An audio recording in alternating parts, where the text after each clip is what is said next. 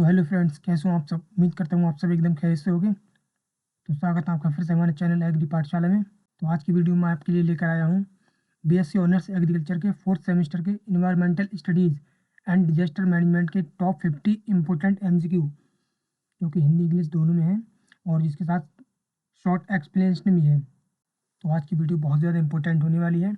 अगर आप ये वीडियो पूरी देख लेते हैं तो इससे आपको परीक्षा में बहुत ज़्यादा हेल्प मिलने वाली है। तो चलिए वीडियो की शुरुआत करते हैं। तो इसका पहला क्वेश्चन है, वायुमंडल की वह परत जो पृथ्वी को हानिकारक पराबैंगनी यानी अल्ट्रावायलेट किरणों से बचाती है। तो इसका आंसर है ऑप्शन नंबर बी, स्ट्रेटोस्फीयर। इस परत में ओजोन परत होती है जो सूर्य की हानिकारक किरणों को रोकती है। अगला क्वेश्चन है, भोपाल गैस त्रासदी 1984 किस गैस से हुई थी। तो इसका आंसर है ऑप्शन नंबर ए, मैथिल आइसोसाइनाइड यानी MIC। यूनियन कार्बाइड फैक्ट्री से यह जहरीली गैस लीक हुई और हजारों लोग मारे गए थे इसमें। अगला क्वेश्चन है, कौन सा ऊर्जा स्रोत अक्षय यानी नॉन रिन्यूएबल है। तो इसका आंसर है ऑप्शन नंबर सी, कोल। कोयला, पेट्रोलियम और प्राकृतिक गैस खत्म होने वाले स्रोत हैं। अगला क्वेश्चन है, चिपको आंदोलन किससे जुड़ा था। तो इसका आंसर है option number C, forest conservation. अगला क्वेश्चन है, 1973 में सुंदरलाल बहुगुणा के नेतृत्व में यह आंदोलन पेड़ों को काटने से बचाने के लिए हुआ। अगला क्वेश्चन है, ग्रीन हाउस गैसें किस समस्या के लिए जिम्मेदार हैं। इसका आंसर है option number B, global warming.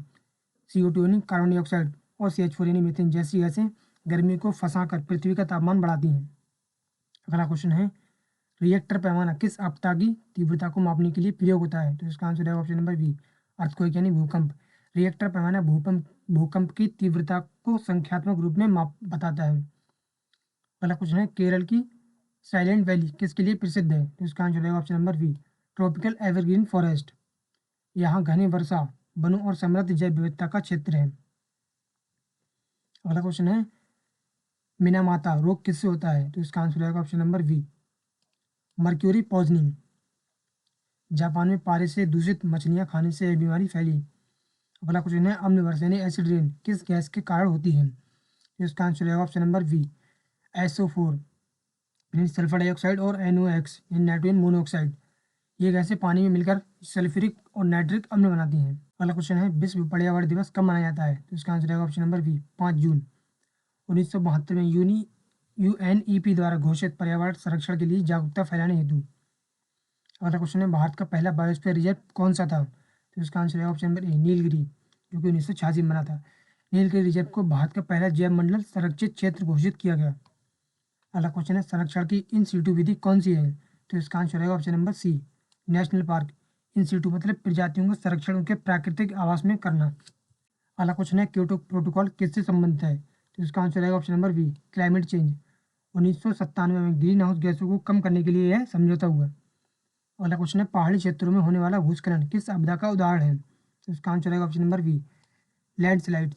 अधिक वर्षा या भूकंप से मिट्टी और चट्टानों का खिसकना भूस्खलन कहलाता है। अगला क्वेश्चन है, सुनामी किस कारण से आती है। तो इसका आंसर है option number B, earthquake in sea, यानी समुद्र में जब भूकंप आता है तब। समुद्र तल पर भूकंप या विस्फोट से पानी हिलकर बड़ी लहरें बनाता है। अगला क्वेश्चन है, चेरनोबिल आपदा 1986 किस कारण से हुई थी। तो इसका आंसर है ऑप्शन नंबर ए, न्यूक्लियर रिएक्टर एक्सप्लोजन। यूक्रेन में परमाणु संयंत्र में विस्फोट हुआ जिससे विकिरण फैला। अगला क्वेश्चन है, सबसे पर्यावरण अनुकूल अपशिष्ट निपटान तरीका कौन सा है। तो इसका आंसर है ऑप्शन नंबर सी, कंपोस्टिंग। जैविक कचरे को खाद में बदलना सबसे पर्यावरण हितैषी तरीका है। अगला क्वेश्चन है, आपदा प्रबंधन चक्र में कितने चरण होते हैं। तो इसका आंसर है ऑप्शन नंबर सी, 4। आपदा प्रबंधन के 4 चरण होते हैं, जो कि हैं मिटिगेशन, प्रिपेरेडनेस, रिस्पॉन्स, रिकवरी। अगला क्वेश्चन है, पृथ्वी के फेफड़े किसे कहा जाता है। तो इसका आंसर है option number B, Amazon forest, जो कि काफ़ी बड़ा जंगल है अमेजन का, इसलिए अमेजन फॉरेस्ट को पृथ्वी के फेफड़े कहा जाता है। यह वनों का विशाल क्षेत्र है जो अधिक मात्रा में ऑक्सीजन छोड़ता है।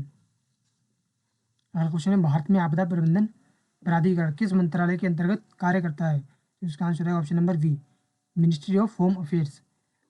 NDMA गृह मंत्रालय के अधीन काम करता है। अगला क्वेश्चन है, मॉन्ट्रियल प्रोटोकॉल 1987 किससे संबंधित है। तो इसका आंसर है option number B, ozone layer protection. यह प्रोटोकॉल ओजोन नष्ट करने वाले रसायनों यानी CFC यानी क्लोरोफ्लोरोकार्बन को रोकने के लिए है। अगला क्वेश्चन है, निम्न में से कौन सी मानव निर्मित आपदा है। तो इसका आंसर है option number C, nuclear accident, परमाणु संयंत्रों की गड़बड़ी या विस्फोट मानवजनित आपदा है। अगला क्वेश्चन है, कौन सा द्वितीयक प्रदूषक है? तो इसका आंसर आएगा ऑप्शन नंबर सी, ओजोन यानी O3। द्वितीयक प्रदूषक वे हैं जो वायुमंडल में रासायनिक क्रिया से बनते हैं। अगला क्वेश्चन है, मैंग्रोव किस पारिस्थितिकी तंत्र में पाए जाते हैं? तो इसका आंसर है option number B, coastal areas. यह ज्वारीय तटीय क्षेत्रों में पाए जाने वाले नमक सहनशील वृक्ष हैं। अगला क्वेश्चन है, भारत में आपदा प्रबंधन की सर्वोच्च संस्था कौन सी है? तो इसका आंसर है ऑप्शन नंबर ए, NDMA। तो इसका आंसर है ऑप्शन नंबर ए, NDMA। और राष्ट्रीय आपदा प्रबंधन प्राधिकरण, NDMA आपदा प्रबंधन की अपेक्ष संस्था है। अगला क्वेश्चन है, भारत में आपदा प्रबंधन अधिनियम एंड डिजास्टर मैनेजमेंट एक्ट कब पारित हुआ? तो इसका आंसर रहेगा ऑप्शन नंबर सी, 2005। 2005 में भारत सरकार ने डिजास्टर मैनेजमेंट एक्ट पारित किया, जिसके तहत NDMA का गठन हुआ। अगला क्वेश्चन है, पृथ्वी दिवस कब मनाया जाता है? तो इसका आंसर रहेगा ऑप्शन नंबर ए, 22 अप्रैल। पृथ्वी के संरक्षण और जागरूकता के लिए हर साल 22 अप्रैल को अर्थ डे मनाया जाता है। अगला क्वेश्चन है, ग्लोबल वार्मिंग मुख्यतः किस गैस से होती है? तो इसका आंसर है option number C, carbon dioxide. CO2 यानी कार्बन डाइऑक्साइड सबसे प्रमुख ग्रीन हाउस गैस है जो वातावरण में गर्मी को फंसाती है। अगला क्वेश्चन है, रेडियोधर्मी प्रदूषण किससे होता है? तो यह माइनिंग से भी होता है, न्यूक्लियर पावर प्लांट से भी होता है, मेडिकल वेस्ट से भी होता है। तो इसका आंसर है ऑप्शन नंबर डी, उपरोक्त सभी। खनन, परमाणु संयंत्र और चिकित्सीय अपशिष्ट सभी रेडियोधर्मी प्रदूषण फैलाते हैं। अगला क्वेश्चन है, भारत का सबसे बड़ा राष्ट्रीय उद्यान कौन सा है? तो इसका आंसर है ऑप्शन नंबर सी, हेमिस, जो कि लद्दाख में है। हिमालय में स्थित हेमिस राष्ट्रीय उद्यान भारत का सबसे बड़ा राष्ट्रीय उद्यान है। अगला क्वेश्चन है, साइक्लोन फानी 2019 किस राज्य में सबसे अधिक प्रभावित हुआ? तो इसका आंसर है ऑप्शन नंबर बी, उड़ीसा। 2019 में आया फानी चक्रवात उड़ीसा के तटीय क्षेत्रों में सबसे ज्यादा नुकसानदेह था। अगला क्वेश्चन है, रेड डाटा बुक किससे संबंधित है? तो इसका आंसर है ऑप्शन नंबर सी, लुप्तप्राय प्रजातियां। IUCN द्वारा प्रकाशित यह पुस्तक लुप्त प्राय और विलुप्त प्रजातियों का रिकॉर्ड रखती है। अगला क्वेश्चन है, वन्य जीव संरक्षण अधिनियम भारत में कब लागू हुआ? इसका आंसर है ऑप्शन नंबर बी, 1972। भारत में 1972 में भारत सरकार ने वन्य जीव संरक्षण अधिनियम पारित किया। अगला क्वेश्चन है, ओजोन परत का छिद्र सबसे अधिक कहाँ देखा जाता है? तो इसका आंसर है option number B, Antarctica. CH यानी क्लोरोफ्लोरोकार्बन के कारण अंटार्कटिका क्षेत्र में ओजोन परत का सबसे बड़ा छिद्र देखा गया है। अगला क्वेश्चन है, वन महोत्सव किस महीने में मनाया जाता है? तो इसका आंसर है ऑप्शन नंबर सी, जुलाई। मानसून के समय वृक्षारोपण के लिए जुलाई में वन महोत्सव मनाया जाता है। अगला क्वेश्चन है, भारत का पहला राष्ट्रीय उद्यान कौन सा है? तो इसका आंसर है option number B, Jim Corbett, जो कि 1936 में बना था। इसे प्रारंभ में हैली नेशनल पार्क भी कहा जाता था। अगला क्वेश्चन है, बाढ़ यानी फ्लड का मुख्य कारण क्या है? तो इसका कारण है भूकंप, भारी वर्षा, वनों की कटाई, यानी तीनों। इसका आंसर है ऑप्शन नंबर डी, उपरोक्त सभी। अधिक वर्षा, वनों की कमी और नदी तल का उथला होना बाढ़ को बढ़ाते हैं। अगला क्वेश्चन है, भूकंप का केंद्र बिंदु क्या है? तो इसका आंसर है ऑप्शन नंबर ए, सतह का वह बिंदु जो फोकस के ठीक ऊपर है। एपिसेंटर वह सतही बिंदु है जहां भूकंप की तरंगें सबसे पहले महसूस होती हैं।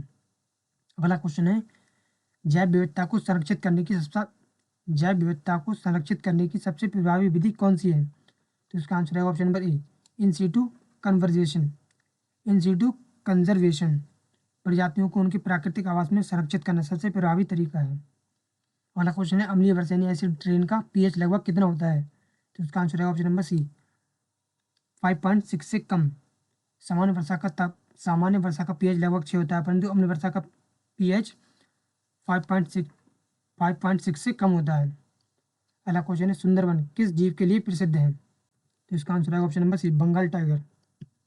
सुंदरवन मैंग्रोव वन बाघों का प्रमुख प्राकृतिक आवास है। अगला क्वेश्चन है, राष्ट्रीय हरित अधिकरण यानी NGT की स्थापना कब हुई? तो इसका आंसर है ऑप्शन नंबर बी, 2010। NGT की स्थापना पर्यावरणीय विवादों और संरक्षण हेतु 2010 में हुई। अगला क्वेश्चन है, नर्मदा बचाओ आंदोलन का संबंध किससे है? तो इसका आंसर है ऑप्शन नंबर बी, बांध निर्माण। यह आंदोलन बड़े बांधों से विस्थापित लोगों और पर्यावरण की रक्षा हेतु हुआ। अगला क्वेश्चन है, भारत में सबसे अधिक चक्रवात किस तट पर आते हैं? तो इसका आंसर है ऑप्शन नंबर बी, पूर्वी तट। बंगाल की खाड़ी से उठने वाले चक्रवात पूर्वी तट उड़ीसा आंध्र को प्रभावित करते हैं। अगला क्वेश्चन है, विश्व जैव विविधता दिवस कब मनाया जाता है? तो इसका आंसर है ऑप्शन नंबर बी, 22 मई। 1992 के अर्थ समिट के बाद यह दिवस घोषित किया गया। अगला क्वेश्चन है, गंगा एक्शन प्लान कब शुरू हुआ? तो इसका आंसर है ऑप्शन नंबर ए, 1985। गंगा नदी को प्रदूषण मुक्त कराने हेतु 1985 में यह योजना शुरू की गई। अगला क्वेश्चन है, भारत का पहला परमाणु बिजली घर कहाँ है? तो इसका आंसर आएगा ऑप्शन नंबर सी, तारापुर, जो कि महाराष्ट्र में है। 1969 में शुरू हुआ यह भारत का पहला परमाणु बिजली घर है। अगला क्वेश्चन है, आपदा प्रबंधन में प्रीपेरेडनेस का अर्थ क्या है? तो इसका आंसर आएगा ऑप्शन नंबर बी, आपदा के लिए पहले से तैयारी करना। आपदा प्रबंधन में प्रीपेरेडनेस का मतलब है आपदा से पहले ही उपाय और योजना बनाना। अगला क्वेश्चन है, भूकंप तरंगों का अध्ययन किस यंत्र से किया जाता है? तो इसका आंसर आएगा ऑप्शन नंबर बी, सिस्मोग्राफ। भूकंप की तीव्रता और तरंगों को मापने वाले यंत्र सिस्मोग्राफ कहलाता है। अगला क्वेश्चन है, प्रोजेक्ट टाइगर कब शुरू किया गया? तो इसका आंसर आएगा ऑप्शन नंबर सी, 1973। भारत सरकार ने 1973 में बाघों की संख्या बढ़ाने और उनके आवास की रक्षा के लिए यह प्रोजेक्ट शुरू किया। तो फ्रेंड्स, ये थे कुछ environmental studies and disaster management subject के टॉप 50 MCQ, जो कि परीक्षा की दृष्टि से बहुत ज़्यादा इंपॉर्टेंट है। अगर आपने वीडियो पूरी देखी होगी तो आपको इससे परीक्षा में बहुत ज़्यादा हेल्प मिलेगी। अगर आपकी वीडियो पसंद आई तो इसको लाइक जरूर करना और चैनल को सब्सक्राइब जरूर करना। मिलते हैं फिर आपसे किसी नेक्स्ट वीडियो में। Thank you.